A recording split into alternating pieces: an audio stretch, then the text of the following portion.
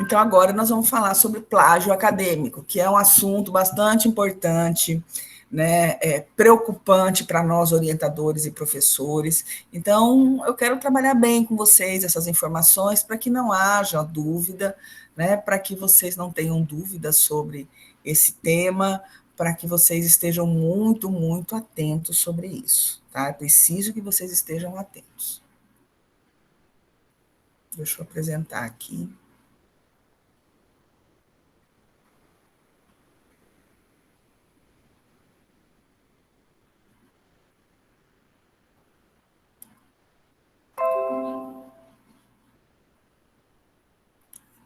Estão vendo o slide? Sim, professor.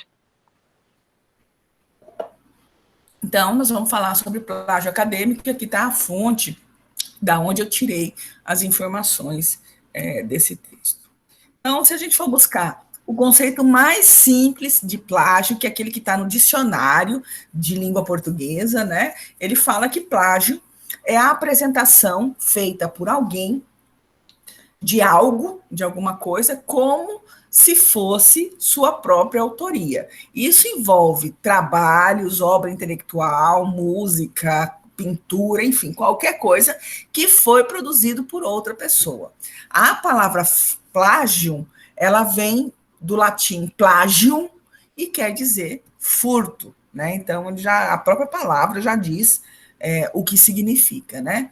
Então, nós vamos ter plágio todas as vezes que alguém apresenta ou assina como seu, quer seja o trabalho inteiro ou só uma parte dele, textos, figuras, imagens ou qualquer outro tipo de produção intelectual sem o devido crédito. Então, aqui nesse meu slide, eu fiz uma coisa de propósito para que vocês entendam. Eu estou usando essa imagem aqui em todos os meus slides, mas veja, não tem fonte. Então, quem olha assim fala, ó, a imagem é dela, porque ela não botou nenhuma fonte, né? E não é, eu tirei da internet. Obviamente, essa imagem que já caiu no banco de dados de figura, né, de imagem, não trouxe nenhuma informação, então eu não sei de onde é. Mas eu preciso buscar isso se eu for colocar num trabalho escrito que eu vá publicar, porque senão o autor vai olhar e vai me acusar de plágio, porque a imagem é dele, não é minha. Então, nós vamos ter vários tipos de modalidade de plágio, né? E nós vamos falar principalmente do plágio acadêmico, que é o assunto que nos interessa, tá? Então, a respeito do plágio acadêmico, que é o plágio de material científico, eu não vou falar aqui nem de música, nem de quadro, nem nada. Então, vou falar do plágio acadêmico, né? Então, dentro do plágio acadêmico, nós vamos ter vários tipos. O primeiro é o mais conhecido, que é o plágio direto. Então, eu vou lá, eu copio um trecho ou um trabalho inteiro de alguém e coloco meu nome, tá? E não indico a citação, não faço nada. Eu deixo lá como se fosse um parágrafo meu ou o trabalho inteiro meu, né? Eu não faço nenhuma indicação de quem seja. O plágio indireto é quando eu leio um trabalho e escrevo a ideia do autor como de uma forma um pouquinho diferente, para dizer que é minha. Então, eu estou fazendo uma paráfrase, né? Eu vi a ideia, eu li o trabalho e agora eu escrevo aquilo que o autor escreveu numa linguagem mais minha, num texto meu, né? Mas ele não é um texto original, porque eu estou reproduzindo só que com as minhas palavras. Ainda assim é plágio. Eu precisaria ter indicado a fonte desse trabalho. Plágio de fontes, né? Esse plágio de fontes a gente costuma cometer bastante, que é copiar a citação da citação e citar só o segundo autor, aquele que fez a citação. Né? Então, é a utilização das fontes de um autor consultado, das fontes secundárias dele, como se eu tivesse se consultado. Né? Então, é aquilo que a gente viu lá na aula sobre as normas da ABNT, a falta de citação do APUD. Né? Eu li um artigo, nesse artigo ele tinha várias citações, e eu peguei e copiei a citação dele de um fulano de tal e botei lá o fulano de tal. né? Fiz a minha citação, mas eu nunca fui ver a obra do fulano de tal, se era isso mesmo que ele estava fazendo. Então, isso é um plágio de fontes. Eu estou plagiando a fonte do colega que fez o trabalho. Existe também o plágio consentido.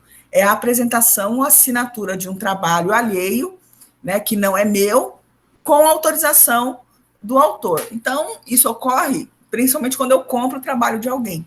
Alguém escreve meu trabalho, eu pago e eu pego e assino. Isso é um plágio consentido, porque quem escreveu autorizou. Mas não deixa de ser plágio, porque não é meu. Eu não escrevi isso. Autoplágio é eu pegar um trabalho que eu já apresentei em um local, né, e apresentar em um outro local, como se fosse original. Se o local permite que eu apresente trabalhos já apresentados, aí não é plágio. O congresso, o evento, a revista permite que eu apresente algo que já não é mais original, que eu já apresentei num outro congresso, ou que eu já publiquei num caderno de resumos, ou mesmo como artigo, que eu apresente nesse evento, tranquilo. Agora, se o evento pede que eu apresente artigos originais, e eu apresento um que eu já fiz, aí eu estou cometendo um autoplágio. Né? Então, cuidado. Plágio é crime? É. A violação dos direitos autorais é um crime previsto no Código Penal, é o artigo 184. Né? E ele tem punições que vai desde pagamento de multa até reclusão de 4 anos, dependendo da extensão e da forma com que o direito do autor foi violado. Geralmente, ele fica restrito a pagamento de multa. A reclusão é em caso muito grave, quando você traz prejuízos financeiros sérios para o autor, né? Quando você lucra muito com isso. Então, vai depender da extensão disso. Além dessa penalidade criminal que foi citada, para o nosso meio acadêmico, para o meio científico, o plágio é algo grave, tá? Então, quando o autor comete um plágio e ele é descoberto nisso, ele se torna desacreditado no meio científico, né? Então, ocorre uma desmoralização acadêmica. E isso também leva a outras sanções, não mais só criminal, mas sanções cíveis, como retratação pública, indenização para o autor por danos morais ou patrimoniais, né? Por exemplo, no meu caso, que eu sou professora de uma entidade, de uma universidade pública, eu posso ter sanções administrativas, né, que pode chegar até o meu desligamento da instituição, né? No caso de estudantes, pode ter a reprovação e a perda, por exemplo, do título de graduação, caso encontre um plágio grave na sua monografia, né? Então, o plágio ele tem, além da sanção criminal, ele tem também sanções cíveis, né? Então, precisamos estar atento a isso. Se eu utilizo uma fonte, né? Nós acabamos de ter uma aula sobre busca de artigo científico, porque o meu trabalho precisa que eu traga informações de outros autores, de outros artigos. Se eu citar corretamente, dentro das normas da ABNT que nós vimos na semana passada, eu estou cometendo crime? Não.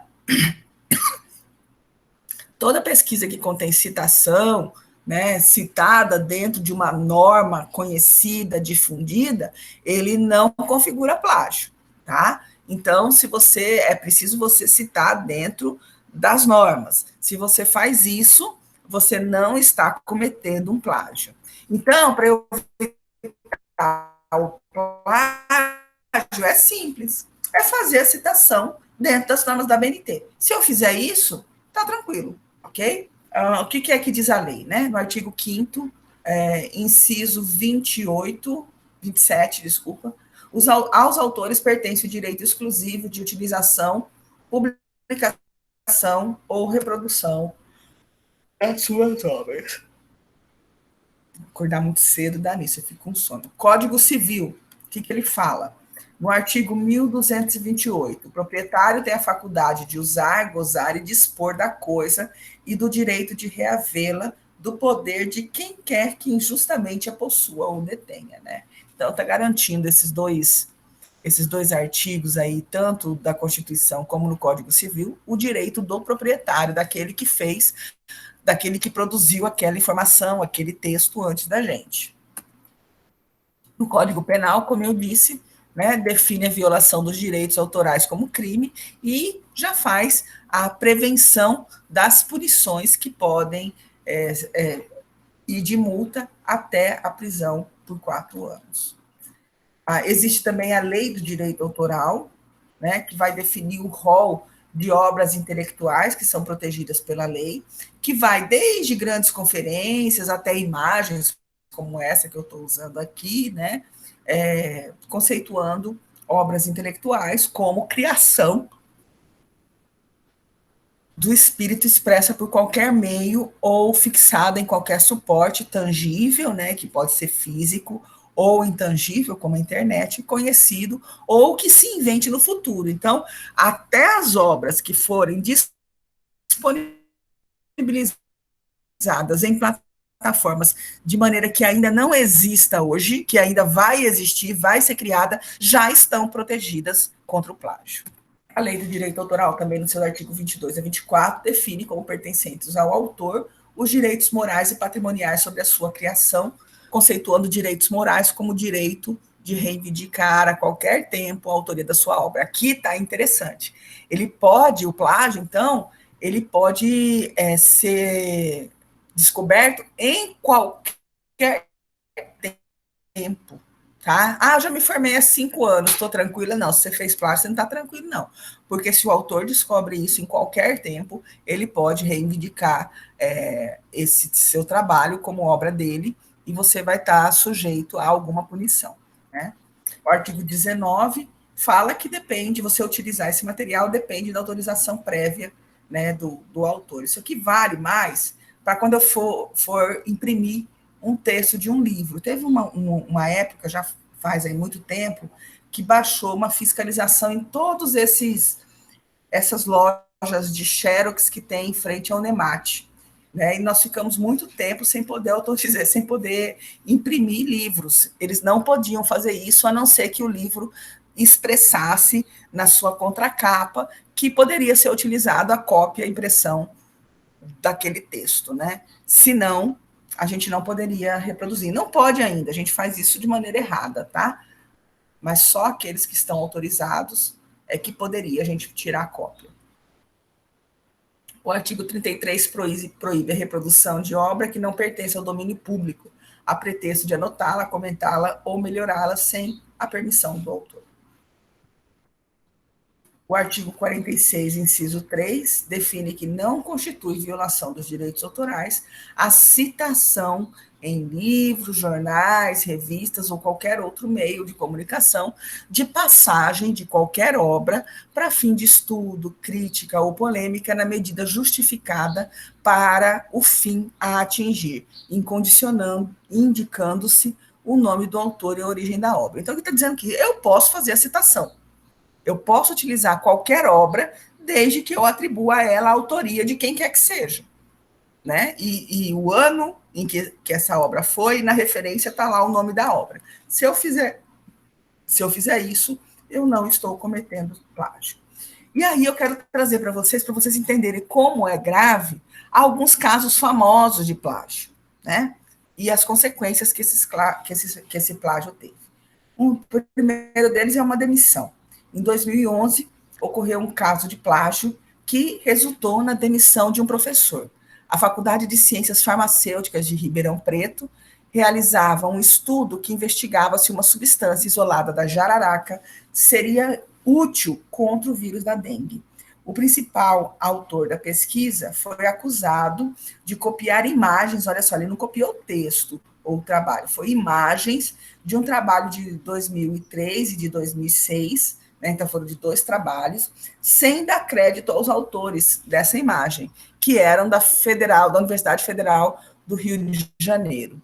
Em sua defesa, o professor, logicamente, atribuiu a culpa ao estagiário, né? Disse que o erro havia sido de uma das suas alunas que trocou as imagens, mas sem má fé ou intenção. E não teve jeito. Mesmo que ele disse isso, ele foi demitido da universidade porque as alunas não eram responsáveis pelo trabalho.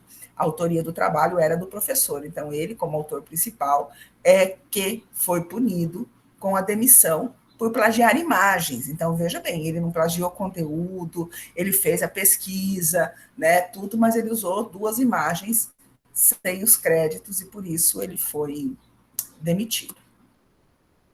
Outro caso é uma suspensão da publicação. Né? Então, outro caso de plágio acadêmico famoso no Brasil foi de um entomólogo da Universidade Federal do Pará. O pesquisador teve um artigo anulado por uma revista científica internacional, porque ele teria copiado na íntegra parte de trabalhos que já foram publicados. Ele teria ainda pego parte de um livro sobre entomologia da editora Springer, né? O livro havia sido cancelado pela editora, mas a Springer é uma notória editora científica internacional e o plágio foi descoberto quando o aluno tentou publicar o artigo. Né? Então, quando essa pessoa foi publicar o artigo, ela foi descoberta. Esse problema aqui, ele foi... Eu vi o autor do texto original veio fazer uma palestra aqui na Unemat, né, pelo Ciências Ambientais, e ele contou essa história. Né? Ele fez um trabalho dentro de uma comunidade indígena sobre insetos. Né? Essa comunidade falava dos insetos que eles tinham conhecimento, um catálogo de etnoconhecimento. Né? E aí ele publicou esse trabalho, e passado um tempo, uns anos depois, ele estava buscando outras fontes e viu um trabalho idêntico ao dele na mesma aldeia, tudo idêntico, tudo idêntico. E aí ele foi atrás e fez a denúncia. Né? Ele ganhou até na esfera civil a indenização. Mas ele falou que foi bem pouco, ele utilizou essa indenização para fazer um evento na universidade dele, né? um evento científico. Então, esse é um caso bem famoso também. Aqui de indenização, embora aquele outro também tenha, né? Mas aqui que vem o artigo que eu vi sobre isso. Né? Em 2013, um advogado que entregou a sua dissertação de mestrado foi obrigado a pagar uma indenização de R$15 mil a uma ex-aluna da PUC do Rio Grande do Sul. Um professor da banca reconheceu na tese do advogado trechos do trabalho da conclusão de curso feito pela aluna em 2007. Então, olha só, ele copiou um trabalho de 2007 em 2013, né? Então, além da indenização, ele teve que republicar o trabalho, atribuindo a autoria da tese à referida aluna. Então, aqui ele ainda teve um negócio brando, né? A banca considerou o trabalho dele e pediu só que ele fizesse uma nova apresentação atribuindo a autoria do trecho que ele copiou dessa aluna de 2007. Geralmente as bancas não são tão complacentes assim, não. O trabalho é reprovado e se ele quiser um outro título de mestre, ele vai fazer outro trabalho. Né? Aqui não, a banca falou, não, tudo bem, você republica, defende novamente, né? Agora atribuindo a autoria da tese à referida aluna. Então, aqui ainda foi... tá certo que ele pagou R$15 mil, mas ainda ele não perdeu o título do que ele queria. Aqui sim, aqui teve uma perda de título, né? Para vocês verem como as coisas não são tão simples, né? Porque aquele lá acho que ainda descobriu foi na banca. Esse aqui descobriu depois.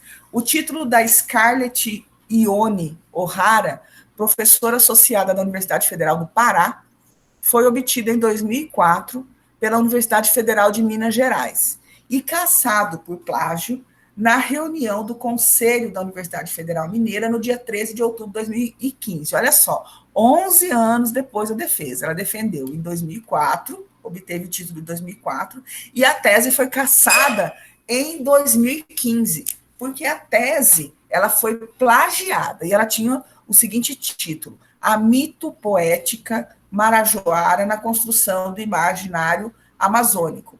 A investigação foi aberta em setembro de 2010, baseado na denúncia feita pela autora do trabalho plagiado.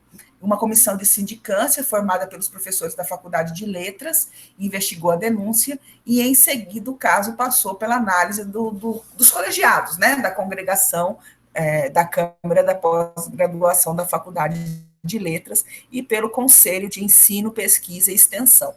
E lá eles... identificaram o plágio, né? E aí a professora ela perdeu o título de doutora que ela tinha obtido em 2004. Então, isso é bastante sério, né? E provavelmente houveram outras sanções a ela dentro da própria faculdade. Outra perda de título foi na Alemanha, em 2013, a ministra da Educação daquele país, na época, né, chamada Annette Scavan, renunciou ao cargo depois de ter perdido o título de doutora pela Universidade de Heinrich Heine, sob a acusação de ter copiado a sua dissertação. Segundo a investigação, a Annette copiou sistemática e intencionalmente parte da sua tese com a intenção de enganar. Então, olha só, foi um autoplágio. Ela copiou ela copiou dados de um outro trabalho dela como se fosse um trabalho original, né? E apresentou isso em 1980. Ela só perdeu em 2013, né? Então, vocês observem que não interessa o ano que se fez, né? Não há uma... Depois de um tempo você fica livre, não. Em qualquer tempo que for descoberto o teu plágio, e se alguém te denunciar, você vai ter que responder por isso. Então, não há justificativa para o plágio. Desculpa de que você não conhecia a lei, ou esqueceu de colocar o destaque, ou o estagiário que errou, não é culpa, tá bom? Não é desculpa. A sua culpa não é retirada com essas desculpas. Ou ainda de que você não agiu de má fé, não tem muita importância se existir provas materiais, como publicação em sites e qualquer outro registro da obra, de que o plágio aconteceu. Então, vocês precisam agir com ética. Faça a citação, não custa nada, não diminui nada a qualidade do seu trabalho. Então, faça a citação conforme as normas da ABNT, que não haverá problema nenhum para você, tá? Então, tomem muito cuidado ao usar tabelas, figuras, livros e textos de outras pessoas. Você tem obrigação de fazer a citação, tá bom? Então, é isso. Ajam sempre com ética.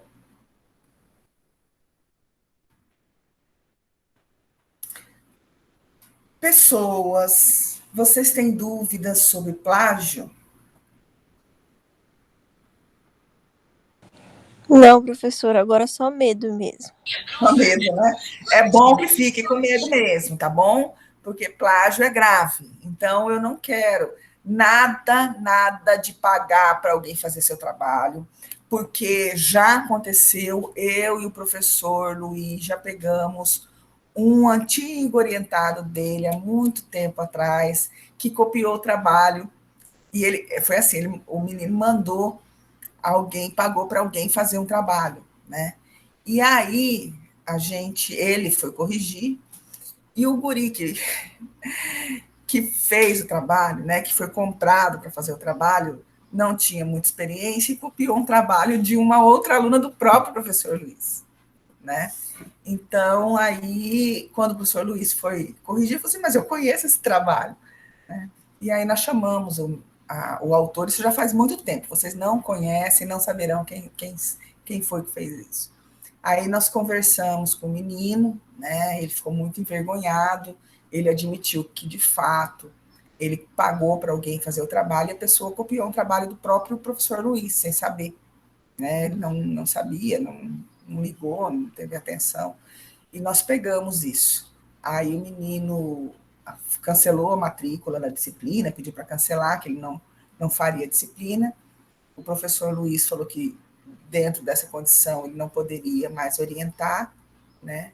E o menino procurou um outro orientador, mudou completamente o trabalho, mudou a sua postura com relação ao trabalho. Era alguém que tinha muita capacidade, sim, ele só estava muito estressado, passando por uma série de problemas e achou que essa fosse a solução mais fácil, né? É isso para ele. Um problema, inclusive, de autoestima. Aí a gente conversou com ele, falou que foi um erro que ele cometeu, mas que ele não precisava que esse erro servisse apenas de experiência para ele, né?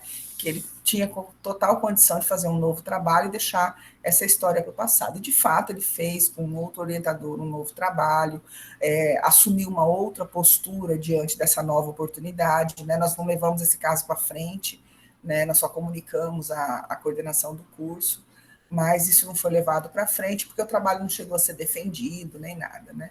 E o menino conseguiu fazer o que deveria fazer. Então, evite essa compra de trabalho, né? Mesmo, muitas vezes, a gente percebe que isso aconteceu, mas a gente não tem como provar, né? A gente como orientador, a gente como professor de disciplina. A gente nota muito isso quando o aluno compra o trabalho, quando ele manda, paga alguém para fazer, na defesa.